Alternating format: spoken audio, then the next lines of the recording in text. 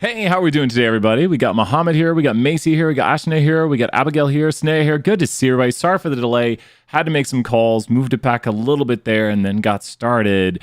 Question number 4 for 470. We did, so we might wait on that one. We did that one yesterday, Muhammad, so we might see here. Sorry I got started late. And number 5, we did number 5 yesterday. I'm trying to think which ones we haven't done. Maybe we're going to do number some 474, it looks like. It looks like 474. Let's take a vote for those who are here. So let's do BAS 474 homework, and let's take a vote. Question 3, 4, or 5. So which one do people want to do? It is your call. It looks like a lot of 474, so yeah, it looks like we'll be doing it. And then we have some lab maybe.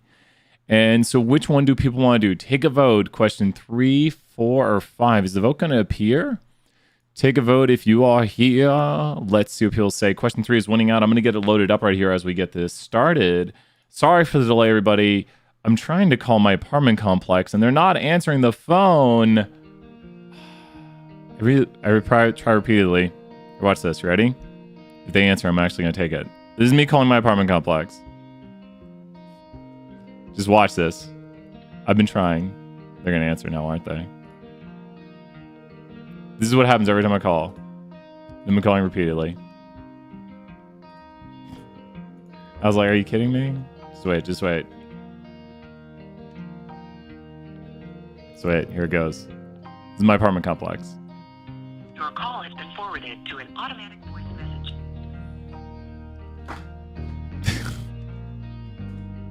message. I'm trying to get something fixed, so. And then I called the apartment manager and it went to her voicemail. So that's why we got started a little bit late. I'm so sorry.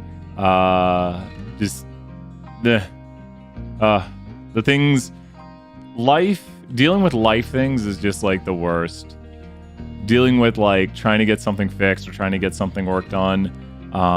But yeah, so I don't get it. Usually it has like, it goes to like a thing like you've reached such and such apartment complex. So I'm like, I might need to run down there. So I'm going to try. So I'm like, it looks like question 3 is winning, right? Question 3 is winning. We'll stop the poll right here. I think question 3 won out. Let's go check out some question number 3. And let's go do it. But no, thank you, everybody. Snaggery, sadness. I don't get it. 3, 4, 5. Yeah, we got a lot of votes. 6 votes in. Nice. Let's go check out question number 3 for 474. Here we go. We can skip down here to question number 3. Question number 3, I think we're on it. So we've got using the closing data sets right here. Now, the most important stuff for this is writing the condition. Now, remember, I do similar work, but not the exact work. When you do these problems, you want to write out, well, first off, we need to take this data set. We do this part right here. We're going to turn the date. First thing we do when we do lubridate is always do what? Who can help me out right here? When we do lubridate, we must always first do what with what we're looking at. So we're going to look at the date right here. So when we look at, kind of giving it away. So we have here a data set, and what do we need to do before running lubridate? Because a lot of people just think, oh, just run lubridate. But what must you do before running lubridate? Because you don't know which function to run. So what do we do with lubridate right here, and how do we run it?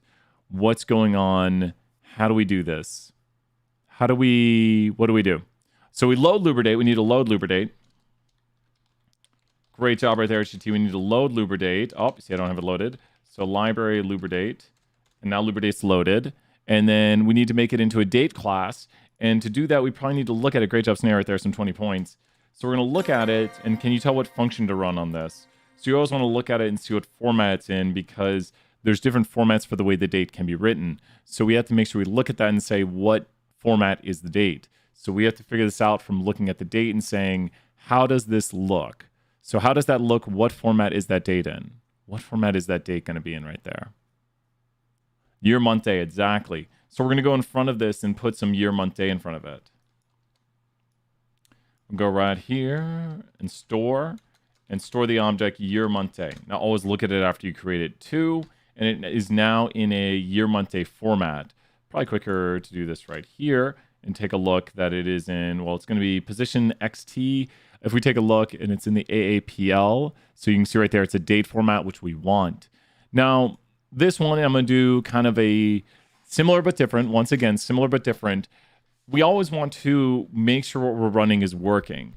So you want to work on smaller things. I think the biggest issue I see, and I see this with keep asking for help, keep working hard, and help with number 5. I think we'll take a look at that. The biggest thing you want to do is get your code working outside the loop. So the biggest thing I see people doing is trying to write everything at one time, and then it doesn't work, and then there's a lot of components to break down. You want to look at what's going on each time and run your code in. We know what's going to happen. Run your code in those little bits. Don't write it all at once. So Brian's question is going to ask him, we want to figure out if the stock has, let's say, gone up by at least $1 in the last 2 days. If this happens, we will buy the stock. Okay. So this is my question right here. I think I might have saw that. Yep. We'll take a look at that here, Adam. We'll take a look. So we want to figure out if the stock has gone up in the last 2 days by at least $1. So how could I figure out right here for a very smaller version of the data? I'm going to go right here and take only the first 10 observations. I'm going to call this practice data because I'm going to write some practice code with it.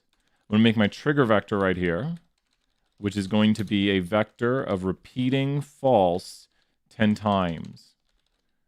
So the way my code works, and this is the trigger vector right here, is going to tell me if I should buy my stock because has it gone up by at least $1 in the last 2 days. So we're thinking like that's a hot stock. So we will buy the stock if it's gone up by at least $1 in the last 2 days.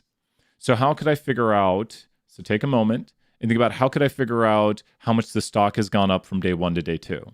How could I figure out if what the stock has gone up from day 1 to day 2? Let me get my practice vector.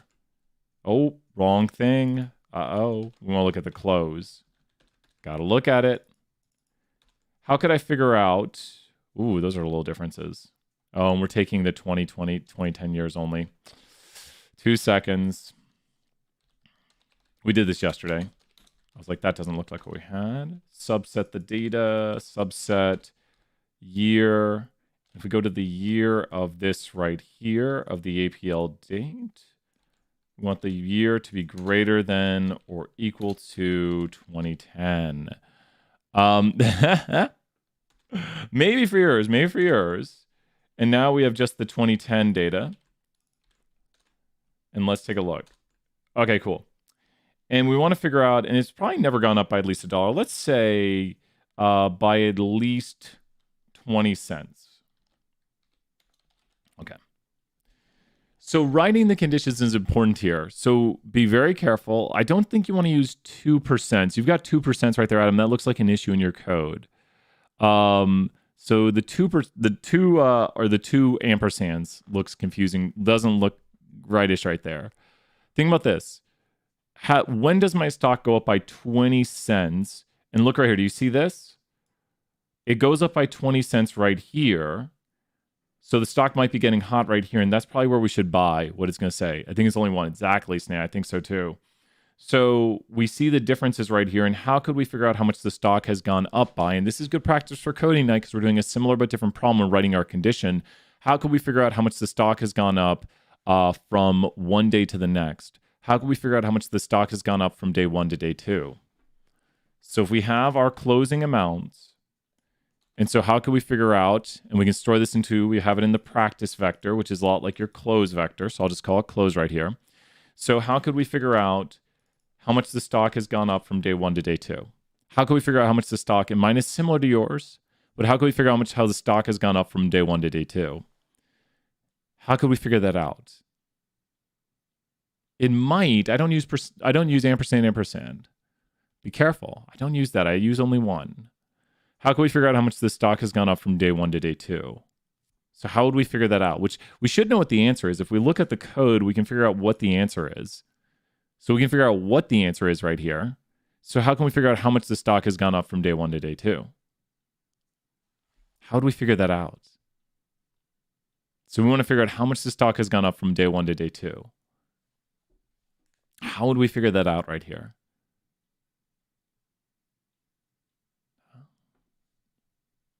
How would we figure that out? Figuring out how much has the stock gone up? Like, I can see the answer is 4 cents. So I can tell the answer right there. I know it's 4 cents. Great job, Snare, right there. Some 50 points. You are correct. So we're going to go right here and go this, and then minus from it this. And this is the difference in the stocks right here. And then we can do a logical test to see if this is greater than 20 cents. And it's not. Now we want to also look at if the closing portion, I'm going to put this all into its own thing. I like to section them off. And then we can just do the difference from day 2 to day 3 and look at the difference from day 2 to day 3 to see if it's greater than 20 cents. And so what this is telling me is that neither of these days, from day 1 to day 2, the difference was not greater than 20 cents. And only examine the first element. It looks like you might have different length vectors. And so watch as we do this right here, because it's going to have similarities to yours. So you might be having one of these problems right here that we're going to run into, because what I'm coding right here is a different condition, but still the same logic. So if you notice right here, we're seeing if it went up by 20 cents right here, or if it went up by 20 cents right here. So neither of these days it went up by 20 cents. And so what we would store right here is we are going to store into the trigger vector. And in the trigger vector, we're going to store into position 3. And in position 3 right here, it's going to store the false, which we already have. Now, the way this code would run is we would then go to position 4 and evaluate day 3 and day 2 and day 4 and day 3. And we'd run this code, and it probably stored a false into there also. And then we'd go to day 5 to check. We would go to day 4 and check the difference with day 3 to see if it's greater than 20 cents. Go to day 5, and what does it look like we've written right here? Now, this is the important practice. What does it look like we've written right here? So you should be like, okay, this is a what right here? What have we written right here, and what is this doing for us? So we're making sure this works, because now if it was working on this, we probably have written our what right here. This is the important steps you should do to be like, okay, is it working? We've written that skeleton right there where you had skeleton. We've written the skeleton right there. Excellent work. Mubot is awake, right? Yep, I gave up points. Yeah, Mubot's awake. So let's go check this out. We're going to recode this as I. Then this becomes I minus 1 because it's 2, which is I minus 1. This becomes I minus 2 because it's 1. And this becomes I again.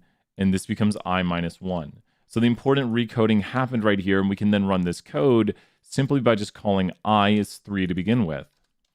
So I is going to be 3, and then we could run it. I is 4, we're going to run it, and it looks to be running well. We could check it, but that should be correct right there. So now we've written our condition, and that's a huge condition. We're going to have to pull the screen a little bit more. When we run this right here, we actually want to for loop this, because what we want to do is we want to run this code right here that will run this right here and store it. And you know what, actually, do we even need? I don't even think we need the ifs. I think this works without the ifs. It says to use ifs, right? But I'm pretty sure this will work without the ifs, because you can write it with the ifs. You could go right here and go if this, then run code this. Oh, yeah, and then it's storing what that is. So that's a true or false. So then we would store into here, if that is true, then store into here true. But it's pretty much just taking what that is and storing into it. So when I think about it theoretically, we don't even need this if, but this will work right here, and that should still work. And then we run that, and we run this. A lot of ways to do this problem. And so now we have our trigger inside of here that only runs if the condition evaluates to true. So with this right here, I think, yep, we'll take a vote on which one to go over next. You got it. And so now look at this. Now we can take this and put this into our for loop. And let's take it right here and put it into our for loop and use our variable I. And this is the important part. Where was I starting? Remember, I'm just using my practice data set. Where am I starting? Where am I starting? What value am I starting on? Yours might be different. What value did Brian start on? What value did Brian start on? So what value did I start on? So if you go back to my code, what value was I using to start my loop on? Not 5. So it looks like 5, but originally, right there, So I did do it with that one right there. I was changing it. So originally I'm starting at where? I'm starting at 3. And I want you to think about this. If we go 2 days back, and great job everyone following along right there, because see everyone answering the questions. If we start on 3, then I becomes 1, or 3 becomes -2 is 1. And then we'd have 3 minus 1 is 2. So if you remember, we're starting at 3. And so that's important to know right here that it's going to go from 3. And then you have to be careful because yours might be different, just the way you put the numbers in. And I'll mention a big error I see from a lot of people. We're going through the length of the closing vector, and everything should run right here. But a lot of people are doing theirs with aliasing it this way. This is a different way to do it. And I have to I'm going to make an error if I do this. Okay, this one was 2. So this is I plus 1. And this is where I see a lot of mistakes coming into play right here. And that'd be I. So that's 2. And then this has to be here 3. And then this is 2. And then this is position 3. If you run your loop this way, which you might have right now, so this is a good hint for people who might have this sort of code. When my loop finishes, what will I be if this loop finishes? So you have to look at my close vector. What will I be when this loop finishes? It's going to go through the length of the close vector. So what is the length of the close vector? So what will this loop be when it finishes? I will be what when this finishes? So this code here will actually break when I run it, which is might be the way a lot of people have it. So I redid the way the I is. I just redid it so it actually starts at 1. So this is 2 minus 1, position 2 minus position 1. Position 3 minus position 2, storing into position 3, because I is 1 to start. So right there, it's what's going on. So what is the length of close right now? What is the length of the close vector? You can use length of trigger. So length of trigger will be the same thing.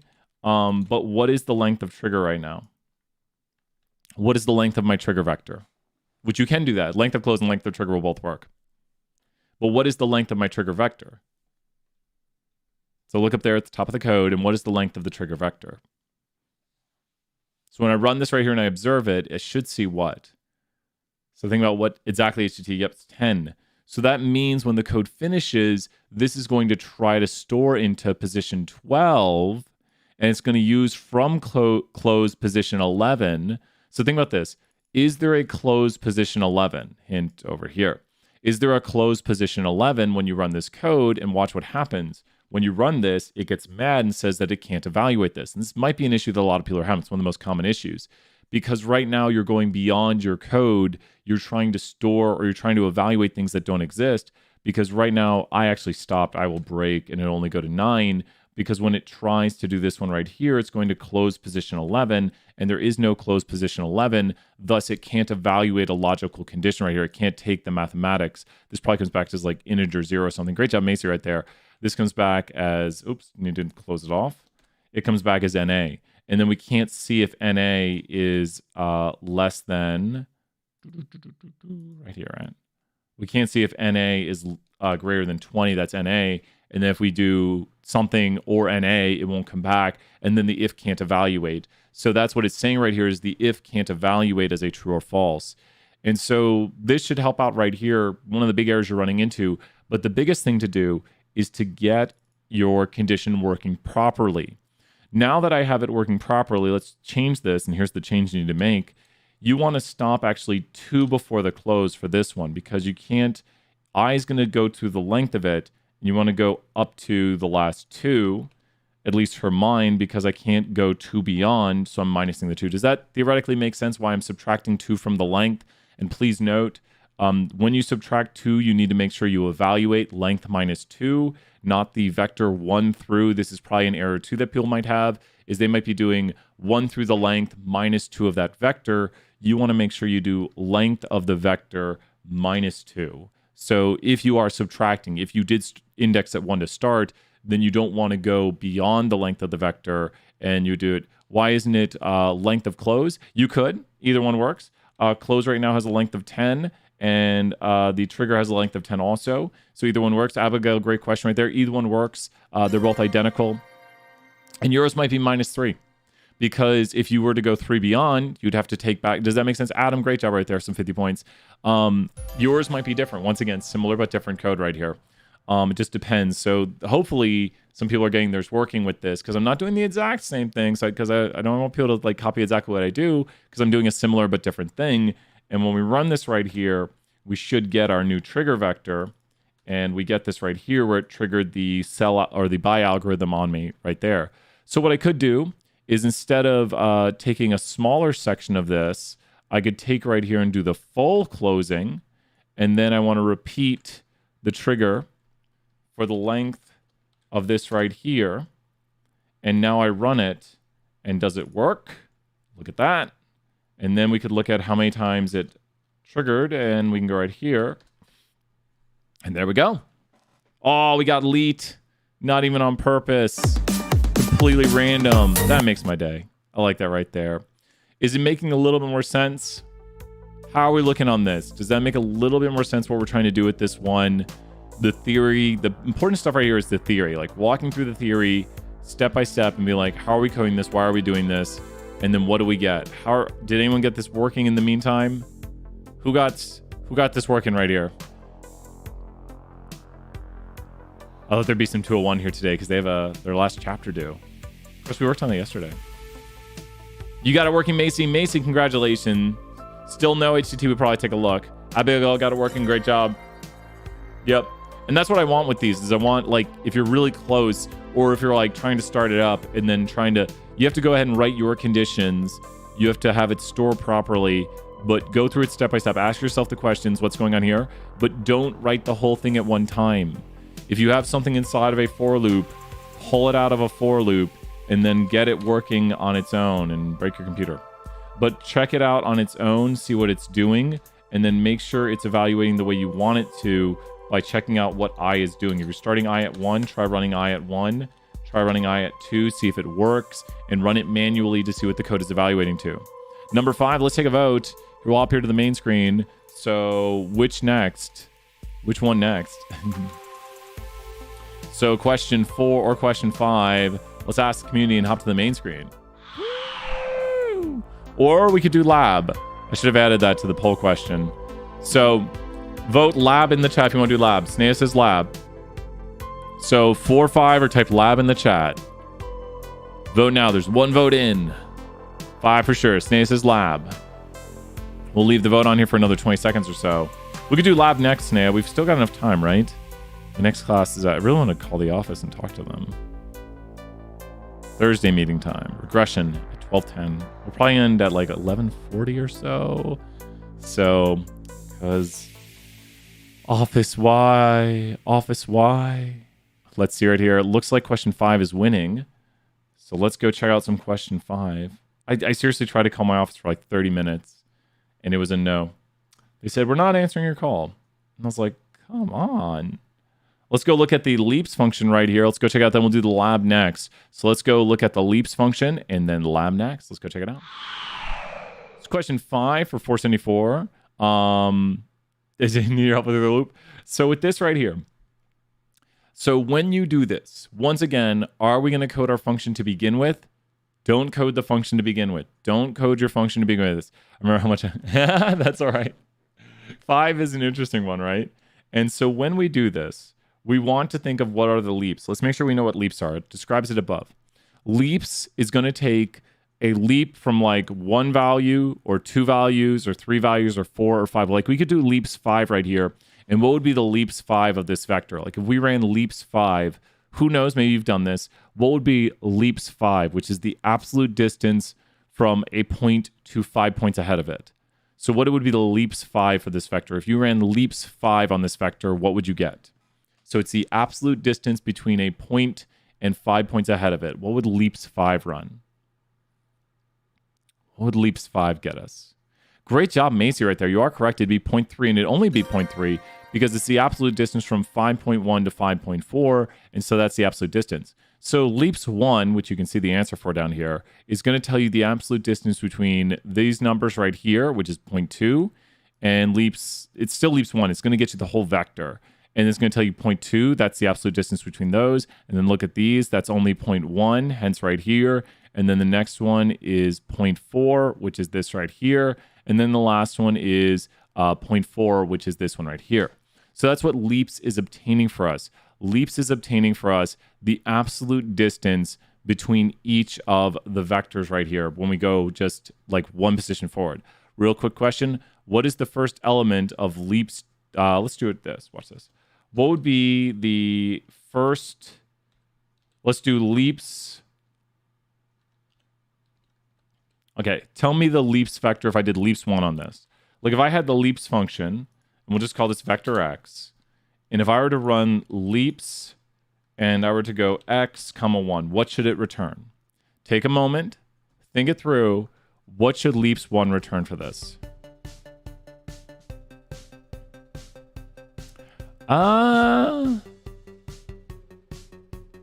Snae's got it right there. So what it's going to do is its great answers right there. So take a look at Snae's answer. I didn't even get to play the full music. I like it. So it's going to go right here and go to the difference between 1 point forward and do the absolute distance. So that's 3, 6, 1. Does that make sense, Macy? Does that make sense what leaps is going to do? Oh, you still commas as decimals. No worries. And then what would this last question, then we're going to start coding it. What would this return? So think for a moment, what will this return? It's going to do the absolute distance from 2 points forward on the vector and do like this one, 2 points forward, absolute distance. This one, 2 points forward, absolute distance. So what would that return right there? That code will return what? 6 and 1, Adam, right there. Great answers because it's going to do... Oh, no, not 6 and 1. Not 6 and 1. Not 6 and 1 right there. I think 9 and 5 because 1 to 10, still good answers right there, everybody. 9 and 5, I was like, I thought it was that, and I was like, wait a minute. 9 and 5 because this distance right here from 1 to 10 is 9. This distance from 4 to 9, ignore the 10 in the middle. But does that make sense right there, Adam? Why it's going to be a distance of 9 right here and a distance of 5 right here. So probably the easiest way to do this is if we take our vector x, and if we were to go through the vector x, and let's take right here and go from 1 to the length of x, and this will just return the vector x. Oh, I'm inside of something. There we go. X not found. Didn't store it. So there we go. That's the full vector. But if I wanted to go and remove off the last 2 elements, what could I do here to the length of x? Like, let me put the length of x on its own thing. So what could I do to the length of x to kind of manipulate the length of x? If I want to go like and not have the last 2 elements, pretty simple thing we can do to it. If I want to go and remove the last 2 elements on x, what could we do to it? So that way I don't get the last 2. I just don't want the last 2 elements. Now you might be thinking tail, and so you could subtract the tail and all those different things. Probably one of the easiest ways right here is just say, let's remove the last 2 elements. And so pretty, not too crazy. And I've got it sectioned off on its own right there. So I can go 1 through the length of x, but I don't want to go all the way through the length of x. Right there, Snae, you got it. And now if you notice, we got the last 2 removed. Keep running your code, checking to see if you got what you got. Especially if you're writing down what I'm writing down, make sure it runs because you might forget a little thing. But this will be the start of it. And now we could take the end of it by doing basically the same thing, but instead of going here, I guess we no longer, put it back on. We just don't need the -2. And we could go here, and you got to be careful. You'd say, why don't you just start at 3? Well, I want to start at 1, but I want to go 2 forward, and this will be the end of the vector. And make sure you look at what you evaluate. That's the end of the vector right there. Hey, Parker, good to see you here. And so why didn't I just code in 3? Who knows theoretically why I didn't just write 3 right there? Theoretically, why didn't I just write 3? Instead, I wrote this. So why am I not writing 3? So theoretically, I'm going to zoom in. Theoretically, why did I not write 3 right there? So theoretically, I could have just written 3, but I'm writing it this way, and why? Why am I... Parker, if you have any questions, let me know. We can do some 201. We haven't done any 201 yet. So theoretically, I could have written 3, or I don't want to write, but why am I writing 1 plus 2? Important stuff to know right here. Because it is 3. 1 plus 2 is 3. You're like, well, just write 3. Why are you writing 1 plus 2? Because we have to do length x minus 2, but why not just write 3 right there? Theoretically. It's going to be the placeholder for the skeleton. That's what we got going on right there. It's going to be the placeholder for the skeleton anytime to see Skeletor right there. So when we do this, we're going to go right here, and we could just go and put I save into 2. Or, well, it's not really going to be a for loop. Let's call it lag, because it's not a for loop. And let's go here and call this lag. And then let's call this lag. And that's just how much we're lagging the vector right there. Actually, I stand corrected, it's not a skeleton, is it? Because we're not going to loop it. It's just the inside of a function. So it's like the skeleton of a function. It's still kind of a skeleton, right? So now when we do this, we can go right here and we can simply go to start minus n to get the difference between the vectors and go here to absolute distance. And remember, we said it should be 9 and 5, 9, 5. If we go here again, and we change the lag to 1, and we rerun our code, we get 3, which is the difference between those, 6, which is the difference between those, and 1, the body of the function exactly. So yeah, much better terminology. 20 points right there, and better called the body of the function. So this is the body of the function, and around this, what should we have? If we're going to throw this into a function, we should probably have a this on it, right? What should we have? And we'll write another thing right here. We'll write a little bit more on this. What should we have around this right here if this is the end of what we're getting at the very end of it? We should probably have a what, which you don't put outside of functions. Should probably have a what. Because I can run this like it's a function, like someone inputs x, a return, great job, and then we could change what x is. Someone just inputs x, and then it'll give you the leaps. Oh, it's mad. What is it mad about? Uh-oh. Uh-oh. What did I do? I broke it. Start has this. End has this. What is it mad about? Start minus end.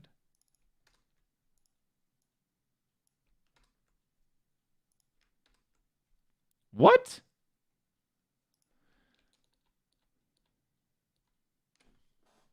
I have no idea what was going on. Oh, I don't have the leaps function yet. I was trying to run the leaps function. We don't actually have a leaps function. My brain didn't know. You're welcome. More Mewbugs right there. Thank you so much. Today's been a stressful day. I just need the positivity. I need that. Brian really has stressful days. It's going all right, Parker. Just dealing with something with the apartment complex, and they're not answering their phone.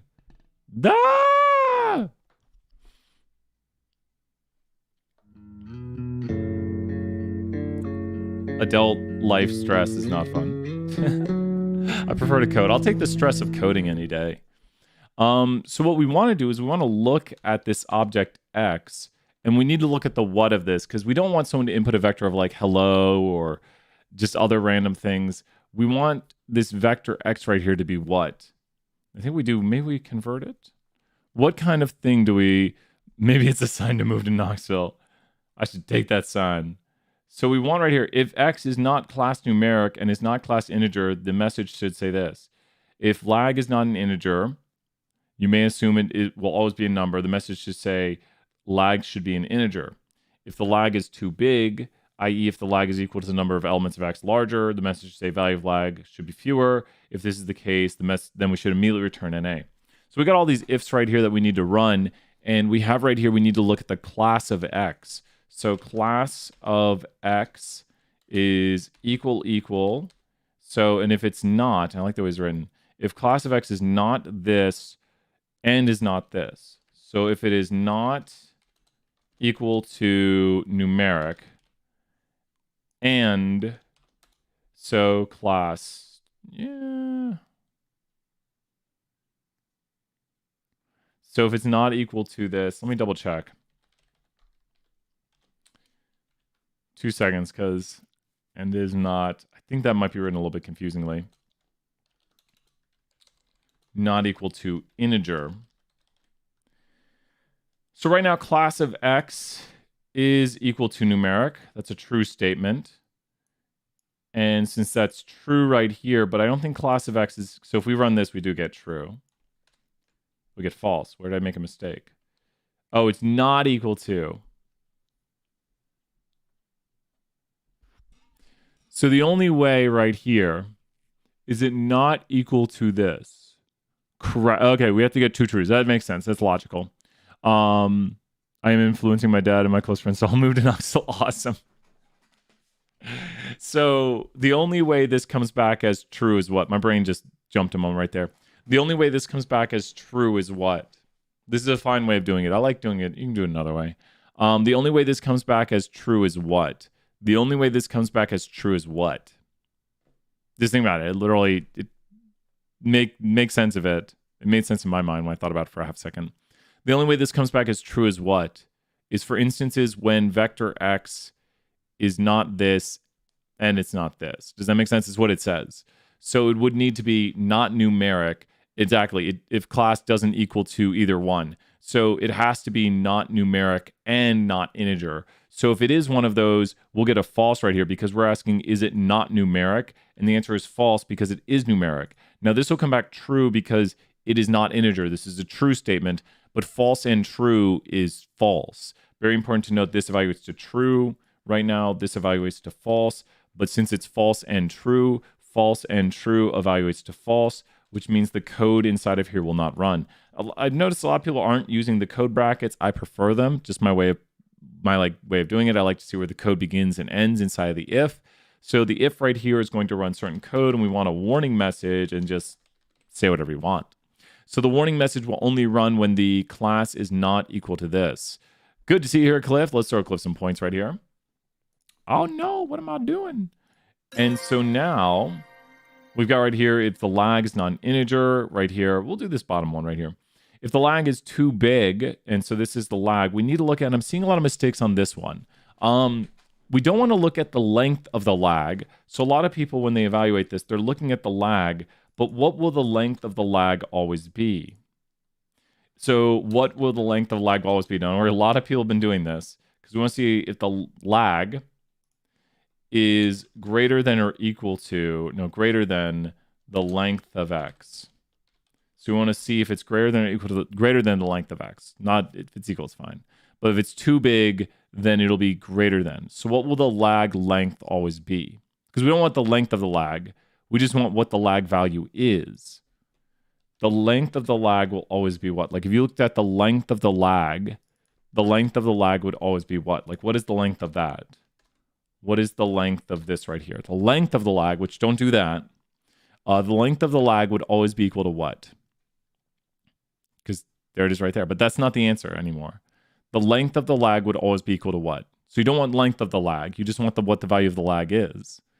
The length of the lag would always be equal to this because someone's just going to put in a value right here. The length of the lag would always be equal to. So what is the length of this? It'll always be, so don't do this.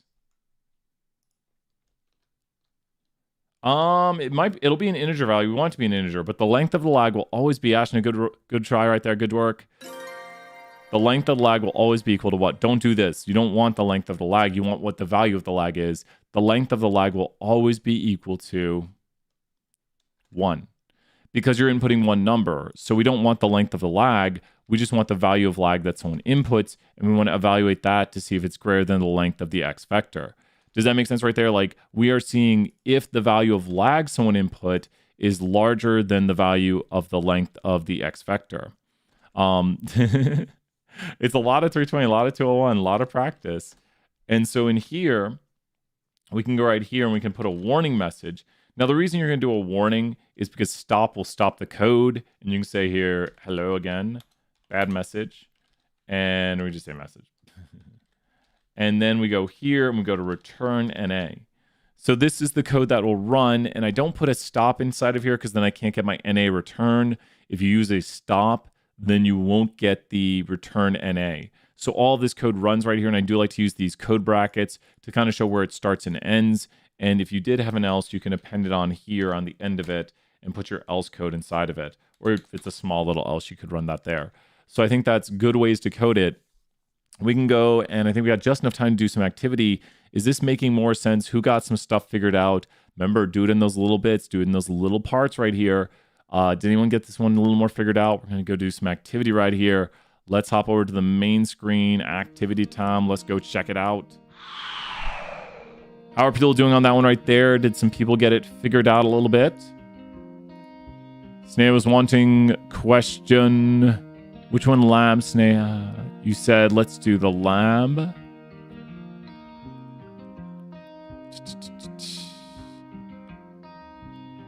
Where'd the lab go? Which lab one?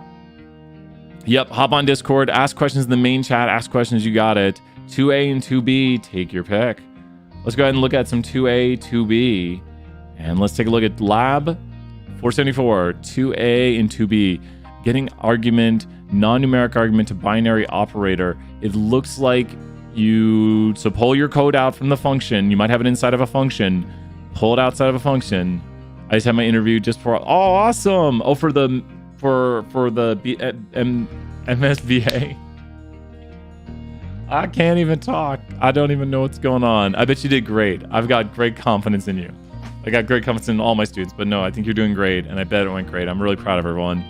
No, that makes, I like hearing great news like that, especially with today. Today. Don't like today, just too much stress. No stress. So we're going to do the hierarchical clustering right here and take a look at what it looks like. This is the next assignment, so good practice right here.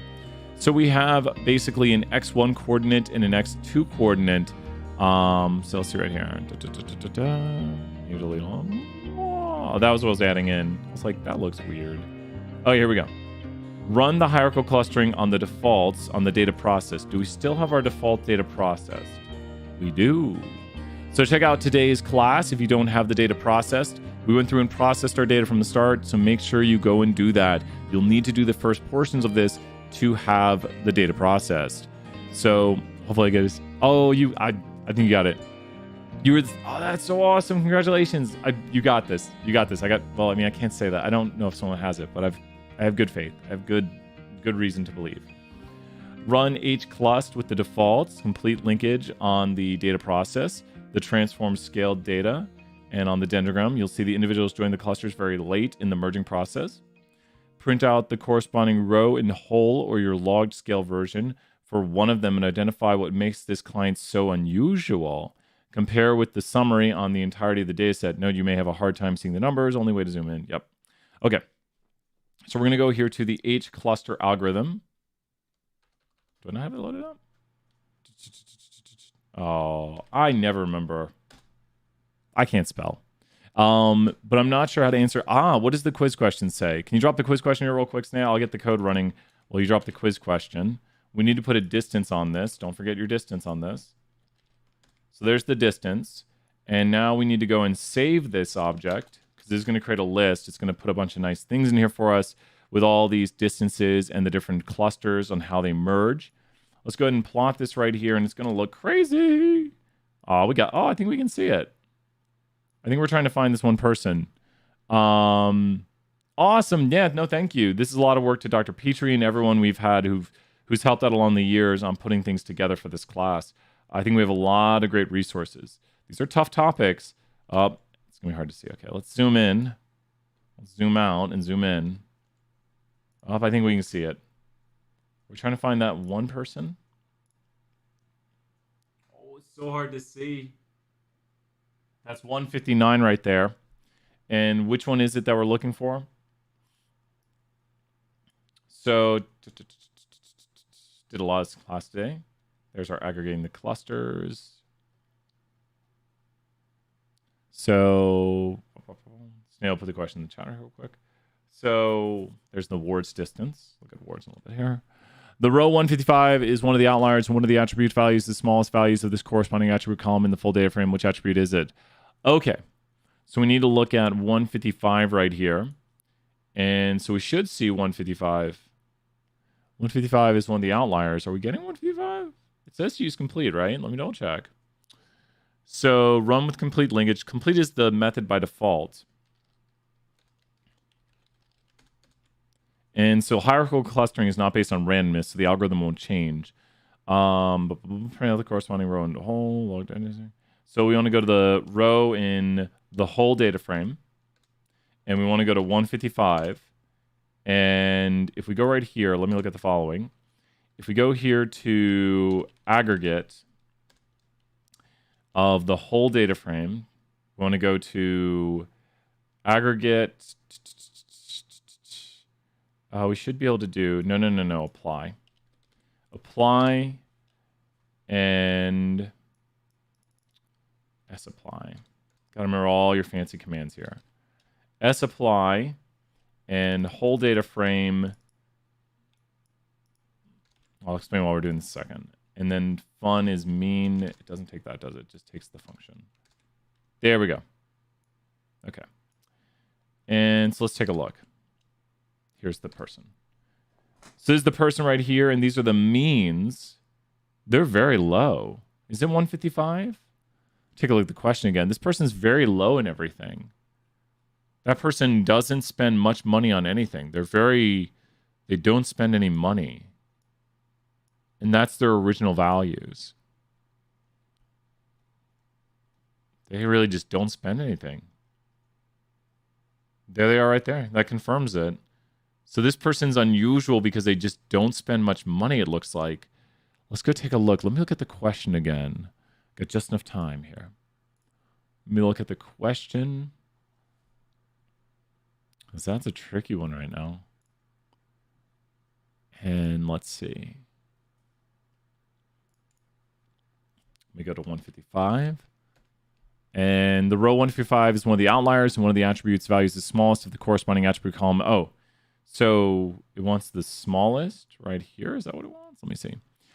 Which attribute is that? Hint, you can check the first attribute fresh. If the fresh value for 155 is the smallest fresh value in the data set, the answer would be quote fresh. Otherwise, check the second. Wait, it's smallest. That's the smallest. Let me double check. So the row 125 is one of the outliers, and one of the attribute values is the smallest value of the corresponding attribute column in the full data set. Well, there's much easier ways to check that. Okay, so 3 is the smallest value of fresh.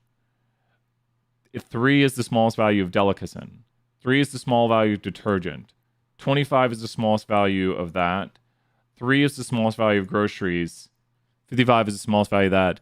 Snea, do you see the answer right there? It's such a weird way of asking it that actually doesn't require the clustering. It actually only requires observing the rows. But Snea, so don't put the answer in the chat. But does that make sense that I actually just found the answer? It actually doesn't require the hierarchical clustering. But if you look at the smallest values, and what we could actually run is we could do our aggregate again, or our sapply, and go right here and go to min, and that can confirm the answer. So doing the min and then doing this right here confirms the answer. So that should help with what the answer is. Does that make sense, Snea? I'm not saying what the answer is. I know it is a weird wording, isn't it? It's such a weird wording. Like I even had to double read it to be like, wait, what? It's saying that go to person 155, look at their values, and then one of their values is the minimum for one of those categories.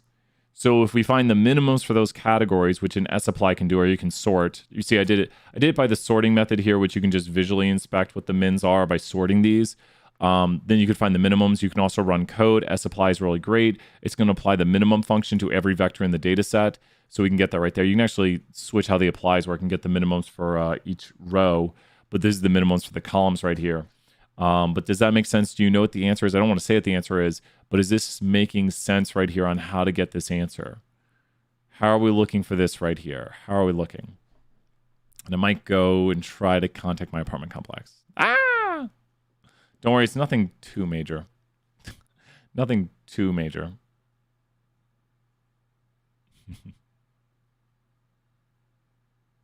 Awesome, awesome. Great work, great work. I'm going to head off. I'll be back. We'll be back a little bit here. We'll do some afternoon office hours. But until then, I will see everybody later. Bye for now, everyone. Bye. We'll be back. We'll be doing more later today. Going to try to get a hold of my apartment complex. Hope they answer the phone.